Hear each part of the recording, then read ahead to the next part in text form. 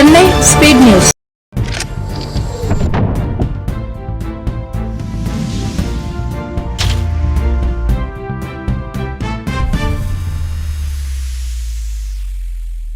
TNPSC நன்முறையில் தேர்வெழுதிய தமிழ் வழி தேர்வர்களுக்கு மதிப்பெண்ணை வழங்கிவிடு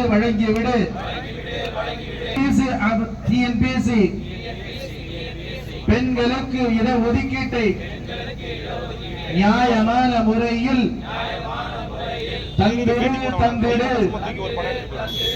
ஆணுக்கு சமமாக பெண்களுக்கும் இடஒதுக்கீட்டை தந்திடு. தமிழ்நாடு அரசு போட்டித் தேர்வில் பண்ணக்கூடிய தேர்வுகள் தேர்வினை பொறுத்தளவு கடந்த 25 வருடங்களாக நிறைய ஊழல்கள் நடைபெற்றிருக்கிறது என்பது அனைவருக்கும் தெரியும். எந்த ஊழல் வழக்கு கூட இதுவரைக்கும் நிறைவேறவில்லை. ஏதோ ஒரு காரணத்திற்காக ஊழல் வழக்கை சரியாக விசாரிக்காமல் அரசாங்கம் கட்டிப்பட்டுக் கொண்டே இருக்கிறது. இந்த அரசாங்கம் ஆட்சிக்கு வருவதற்கு முன்னர் அவர்களுடைய தேர்தல் வாக்குறுதியில் குறிப்பிட்டுள்ளபடி டிஎன்பிஎஸ்சி நடைபெறக்கூடிய ஊழலை விசாரிப்பதற்கு தனிநபர் குழு அமைக்கப்படும் என்று நம்முடைய முதல்வர் தெரிவித்திருந்தார். தனிநபர் குழுவை உடனடியாக அமைக்க வேண்டும் என்று நாங்கள் கேட்டுக்கொள்கிறோம். மாணவ மாணவிகளுக்கு ஒரு சமமான வாய்ப்பினை டிஎன்பிஎஸ்சி வழங்க வேண்டும். ஒரு குரூப் 4 தேர்வு என்றால் பொது ஆங்கிலம் கிடையாது அப்படிங்கிறது மாதிரி வந்து பாத்தீங்கன்னா திடீர்னு சொல்றாங்க. ஒரு குரூப் 2 தேர்வு என்றால் பொது தமிழ் கேள்விகளை கடினமாக கேட்பாங்க சொல்றாங்க.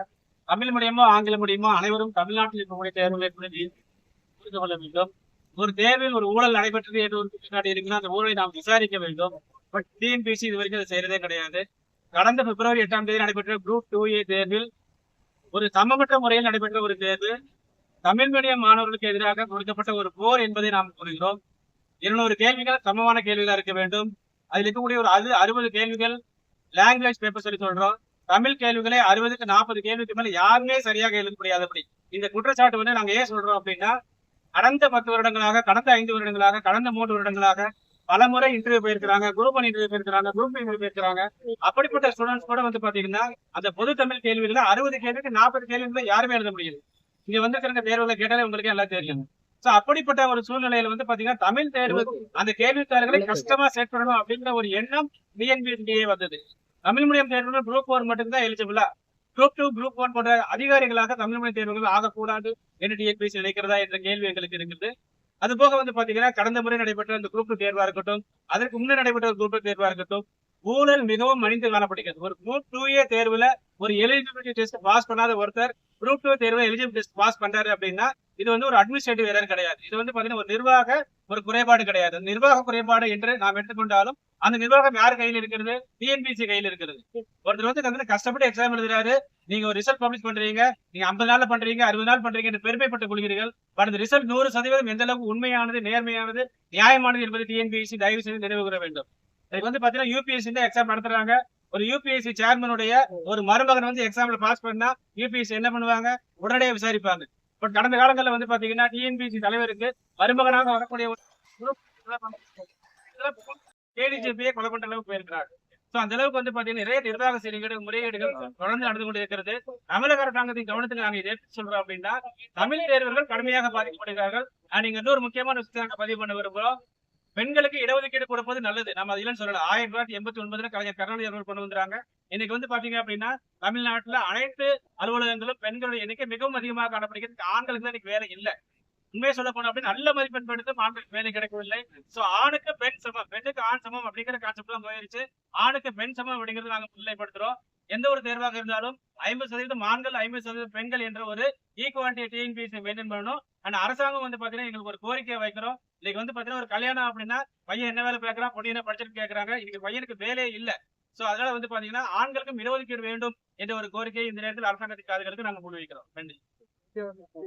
கூட்டுத்தொழில் சங்கத்தின் சார்பாக நடந்து கொண்டிருக்கக்கூடிய உண்ணாவிரத போராட்டம் அறவழியில் நடந்து கொண்டிருக்கிறது.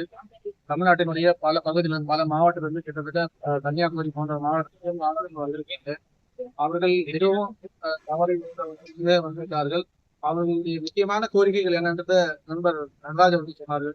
இன்னொரு மிக மிக முக்கியமான ஒரு கோரிக்கை பல ஆண்டுகளாக வலியுறுத்தி வந்துட்டு இருக்கோம். இது அரசுடைய கவனத்துல போய் சேரல. அனைத்து விதமான அமைச்சர்களை, அதிகாரிகளை சந்திச்சாச்சு. ஆனா இது வந்து முதலமைச்சரோட காதுகளை போய் சேரல. என்ன விஷயம் சொன்னாக்கா, இன்னைக்கு நம்ம வந்துட்டு திராவிட மாடல் திராவிட சீர்திருத்தம் அப்படின்னு நம்ம பேசிட்டு இருக்காங்க.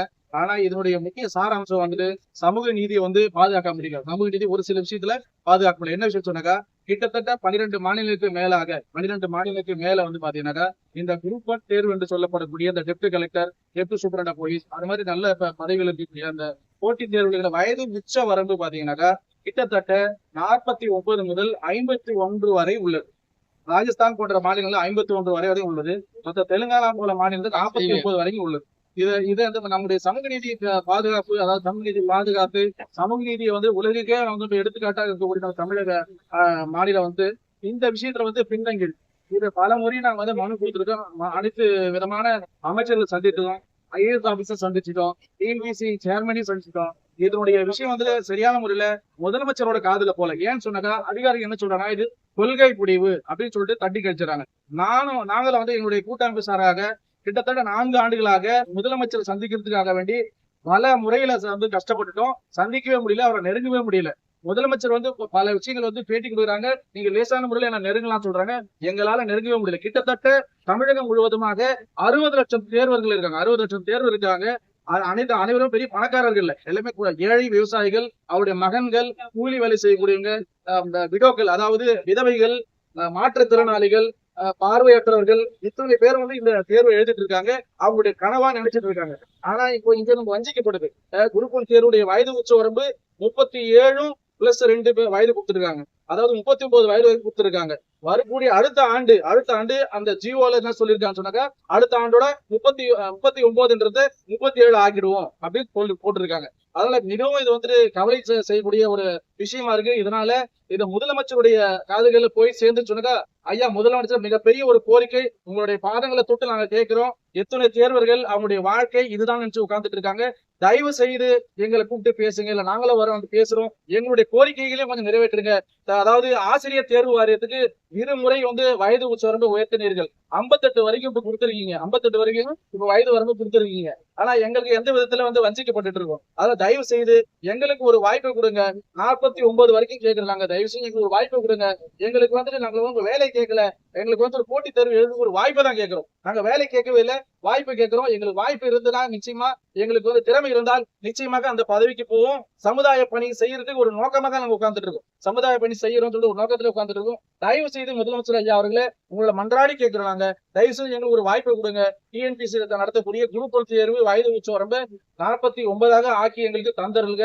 இந்த நடக்கக்கூடிய இந்த நடப்பாண்டிலேயே இந்த தேர்வுலேயே எங்களுக்கு அறிவிச்சு கொடுத்தீங்கன்னாக்கா மிக மிக நன்மையாக இருக்கும். அதனால மிகப்பெரிய ஒரு கோரிக்கையாக எங்க சார்பு வைக்கிறோம். மேலும் இன்னொரு கோரிக்கையா இருக்கக்கூடிய விஷயமா இருக்குது, இந்த பெண்களுக்கு இடஒதுக்கீடு சொல்லக்கூடிய இந்த இடஒதுக்கீடை வந்து சரியான முறையில பயன்படுத்தல. அதாவது ஆண்களுக்கு சமமாக கொடுக்குன்னு கேட்கிறோம். ஆண்களுக்கு சமமாக கொடுங்க, குறைந்தபட்சம் ஆண்களுக்கு சமமாக கொடுங்க, ஆண்களுக்கு பெண்களுக்கும் சமமான முறையில வந்து இடஒதுக்கீடு கொடுக்குன்னு கேட்கும். அது கூட வந்து பயன்படுத்த கிடையாது. அதாவது நீங்க வந்து டிஎன்பிசி சார்பாக நம்ம என்ன சொல்றோம், எத்தனை விஷயம் சொல்லுங்க, அவங்க என்ன சொல்றாங்க, லேசான முறையில தட்டி கழிச்சிடறாங்க.